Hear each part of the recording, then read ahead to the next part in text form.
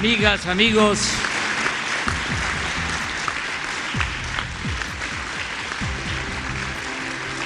me da mucho gusto participar en esta conmemoración de la histórica decisión de expropiar el petróleo el 18 de marzo de 1938. El petróleo de México siempre ha sido una gran tentación. La historia en breve se puede contar desde cuando lo descubrió en 1860 el cura Manuel Gil y Sáenz en San Fernando, Macuspana, Tabasco. Según el presbítero, los indígenas mayas chontales le decían con temor que se iba a volver un montón de sal, porque eso era cosa del duende o amo del monte. Sin embargo, el desarrollo de la industria petrolera comienza hasta 1901, cuando este energético empieza a ser demandado como combustible para mover el recién inventado automóvil, los ferrocarriles y la industria. Y como suele suceder, aparejado de este auge petrolero, surge la necesidad de ajustar el marco jurídico en aras del interés económico. Precisamente en ese año, Porfirio Díaz expide la ley del petróleo, la primera ley del petróleo, otorgando al propietario el dominio del suelo y del subsuelo, y también la posibilidad de explotar el petróleo en terrenos nacionales. Las compañías petroleras extranjeras, a partir de entonces, dominaban en toda la región del Golfo de México. Ya eran conocidos los despojos que padecían indígenas y campesinos de sus tierras y las grandes injusticias que se cometían con el apoyo del régimen. Con el triunfo de la revolución, el presidente Francisco I. Madero consideró como un acto de justicia que las compañías petroleras, cuando menos, dejaran algún beneficio en nuestro país. Por eso, el 3 de junio de 1912, aprueba un decreto en donde se establece un impuesto especial sobre el petróleo crudo de 20 centavos por tonelada, equivalente a 3 centavos por barril. Decisión que no pudo aplicarse por las presiones de las compañías extranjeras y del gobierno de Estados Unidos. El presidente Venustiano Carranza promovió que en la Constitución de 1917 se nacionalizara el petróleo. Sin embargo, pasó mucho tiempo para que se aprobara la ley reglamentaria en esta materia y poder ejecutar el mandato constitucional. Era mucho el poderío y las presiones de las compañías y de los gobiernos extranjeros. Es hasta el 18 de marzo de 1938 en que se consuma la expropiación petrolera. el 23 de marzo de ese mismo año, días después de la expropiación, el presidente Cárdenas recordaba en sus apuntes que, siendo comandante de la región militar en 1926, lo visitó en la zona petrolera de la costa de Veracruz el general Heriberto Jara, gobernador del estado, quien le había hablado de los problemas que con frecuencia ocasionaban las empresas petroleras extranjeras. Cito lo que escribió el general, contando lo que le platicaba el general Jara, gobernador del estado de Veracruz. Se negaban a cumplir las prestaciones a sus trabajadores estipuladas en la ley, haciendo alarde de contar con apoyos poderosos, sintiéndose en tierras de conquista. Pero estamos avanzando, manifestó, en la organización sindical que sabrá defender sus derechos. La expropiación del petróleo fue apoyada por la mayoría del pueblo. En las fotos de la época se advierte sobre todo la presencia de gente humilde, indígenas, campesinos, obreros, maestros, empleados e integrantes de la clase media baja. Es el pueblo raso el que apoyó y cooperó con el gobierno para el pago de las indemnizaciones a las compañías petroleras extranjeras. Aunque el apoyo del pueblo fue fundamental, debe subrayarse que el presidente Cárdenas supo actuar en el momento preciso.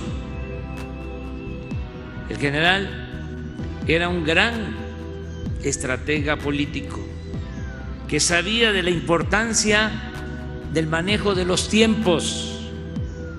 Unos días antes de la expropiación, él mismo cuenta que sobre la carretera, en las cercanías de Cuernavaca, caminó y platicó con el general Mújica durante más de una hora. Cito al general Cárdenas: hicimos consideraciones de las circunstancias que podrían presentarse si gobiernos como los de Inglaterra y Estados Unidos, interesados en respaldar a las empresas petroleras, presionaban al gobierno de México con medidas violentas. Pero tomamos también en cuenta que se presenta ya la amenaza de una nueva guerra mundial, con las provocaciones que desarrolla el imperialismo nazi-fascista, y que esto los detendría de agredir a México en el caso de decretar la expropiación. Además de esta circunstancia, debe señalarse que en ese tiempo gobernaba en Estados Unidos Franklin Delano Roosevelt, un gran estadista y uno de los mejores presidentes que ha tenido ese país en toda su historia. Recordemos que cuando Roosevelt llegó a la presidencia el 4 de marzo de 1933, Estados Unidos padecía una de las peores crisis que ha tenido, y al enfrentar con éxito esa emergencia, el presidente Roosevelt comienza a revelar cualidades que lo convertirían en uno de los más grandes políticos del siglo XX, un titán de las libertades. La autenticidad de su política de buena vecindad tuvo su mejor ejemplo en el respeto a la soberanía de nuestro país. Durante los 3 periodos presidenciales de Roosevelt, las relaciones entre México y Estados Unidos fueron excepcionalmente buenas. Los días posteriores a la expropiación petrolera, en una carta el general Cárdenas le reconoce con estas palabras: mi gobierno considera que la actitud asumida por los Estados Unidos de Norteamérica en el caso de la expropiación de las compañías petroleras viene a afirmar una vez más la soberanía de los pueblos de este continente, que con tanto empeño ha venido sosteniendo el estadista del país más poderoso de América, el excelentísimo señor presidente Roosevelt. Los buenos resultados de esta política tuvieron mucho que ver con el papel que jugó el embajador Joseph Daniel, quien actuó, el embajador de Estados Unidos en México, quien actuó con sabiduría y habilidad en los años más difíciles de las relaciones entre los dos países. Su postura acerca del conflicto petrolero se resume cuando sostiene que el presidente Cárdenas, esto lo escribe en sus memorias el embajador Daniel, el presidente Cárdenas escribió: tenía razón al promover que la riqueza del subsuelo se convirtiera en parte de la economía mexicana y que la crisis petrolera se debía a la negativa sistemática de las empresas extranjeras a modificar la visión con que habían iniciado a principios del siglo XX.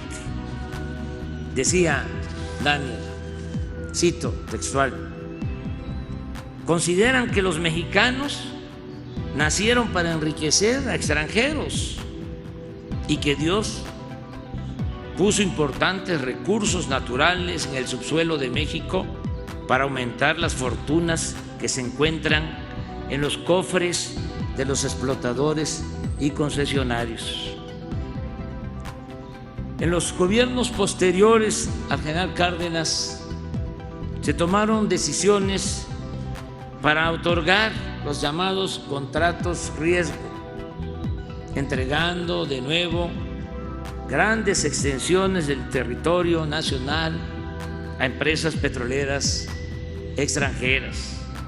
Pero también debe destacarse que los presidentes Adolfo Ruiz Cortines, Adolfo López Mateos e inclusive Gustavo Díaz Ordaz, siendo director de Pemex, don Jesús Reyes Heroles, llevaron a cabo reformas importantes. Se modificó el artículo 27 constitucional y la ley reglamentaria que permitieron la cancelación de esos contratos y esas concesiones en la explotación del petróleo. En los gobiernos de Luis Echeverría y José López Portillo se descubrieron grandes yacimientos petroleros en Tabasco, en Chiapas, sobre todo en la sonda de Campeche. A partir de entonces se aplicó el criterio de producir o extraer lo más que se pudiera para vender petróleo en el extranjero y se habló de que debíamos prepararnos para administrar la abundancia. Este auge desató la corrupción, que se hizo acompañar de la entrega de bienes públicos a particulares durante el gobierno de Carlos Salinas. Con Ernesto Zedillo se produjo una tremenda crisis económica al grado que los ingresos por exportaciones de petróleo se depositaron en una cuenta de Nueva York que el gobierno de México no podía tocar porque era para uso exclusivo del pago de un crédito emergente por 20,000 millones de dólares otorgado por el Departamento del Tesoro de Estados Unidos. A partir de 1996, la producción de petróleo siguió en aumento hasta llegar en 2004 a la cifra récord de 3,400,000 barriles diarios. Cabe señalar que en los gobiernos de Vicente Fox y de Felipe Calderón, el precio del barril de petróleo llegó a un promedio de $100, el más alto en toda la historia. No obstante, todos los excedentes de este auge se usaron para hacer más grande el aparato burocrático y para transferir recursos de la hacienda pública a particulares, incluyendo el gran subsidio que significó no cobrar impuestos a las grandes corporaciones económicas y financieras. No sobra subrayar que aún con ingresos petroleros excepcionales durante el gobierno de Felipe Calderón, la deuda pública aumentó 200%. Entre 1996 y 2004, las exportaciones de crudo se elevaron de 563 a 683 millones de barriles al año. Este incremento coincide con la sobreexplotación del complejo Cantarell, que de 2000 a 2004 incrementó su producción de 47 a 61% del total nacional, convirtiéndose en el campo petrolero de mayor producción en la historia del mundo. No obstante, luego del 2004 hasta el 2018, como aquí se ha dicho, comenzó la declinación en la producción del petróleo, que se agravó con la aplicación de la llamada reforma energética aprobada en 2014. Baste decir o no olvidar que cuando se llevó a cabo esta nueva privatización del petróleo, se sostenía hasta en los considerandos de las leyes que para este año íbamos a estar produciendo 3 millones de barriles diarios, porque iba a llegar la inversión extranjera a raudales. Pero en realidad, como aquí también se ha dicho, en noviembre de 2018, cuando recibimos el gobierno, la producción era de 1,702,000 barriles diarios. 1,702,000 barriles diarios. Y se había comenzado a importar, a comprar petróleo crudo en el extranjero. Por eso celebro que hoy el director general de Pemex, Octavio Romero Oropeza, el eficiente y honesto director general de Pemex,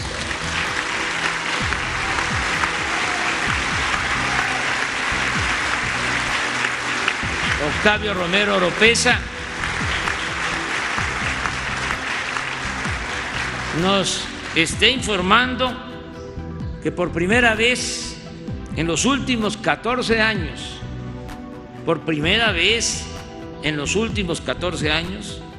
no hubo reducción en la producción petrolera y por el contrario, al día de hoy estamos extrayendo 88,000 barriles diarios más que cuando tomamos posesión del gobierno. También destaco que hemos aumentado la capacidad de refinación de 32 a 42%, y por primera vez en más de 40 años está en construcción la nueva refinería de Dos Bocas, Paraíso, Tabasco, para conseguir la autosuficiencia en energéticos, para no depender del extranjero, para hacer realidad nuestra soberanía nacional.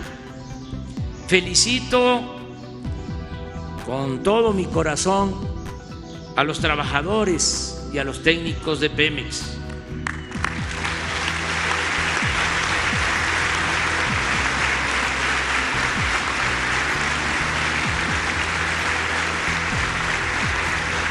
Los felicito a todos, trabajadores sindicalizados, de planta, transitorios, a los técnicos, a los ingenieros, a los servidores públicos, por hacer posible el rescate del petróleo en beneficio de México. Reitero que no vamos a modificar el marco legal para revocar los contratos que se entregaron a partir de la llamada reforma energética. No lo haremos porque aún el dominio de la nación sobre el petróleo es preponderante. No les dio tiempo de entregar toda la riqueza petrolera. Afortunadamente el pueblo de México dijo basta en julio del 2018. Sonó la alarma, sonó la campana y se terminó con la privatización. Nos dejaron el 80% del potencial petrolero de México. También no vamos a modificar el marco legal porque queremos respetar los acuerdos que se tomaron. Aunque nosotros pensamos y actuamos de manera distinta. Y vamos a mantener el marco legal porque consideramos importante mantener la confianza de los inversionistas nacionales y extranjeros para sumar voluntades, esfuerzos y recursos en beneficio del pueblo y de la nación mexicana. Eso sí, que se oiga bien y que se oiga fuerte. Ya se terminó con el periodo privatizador, nunca más esa pesadilla. Vamos a seguir demostrando, como lo estamos haciendo, que Pemex saldrá adelante sin corrupción.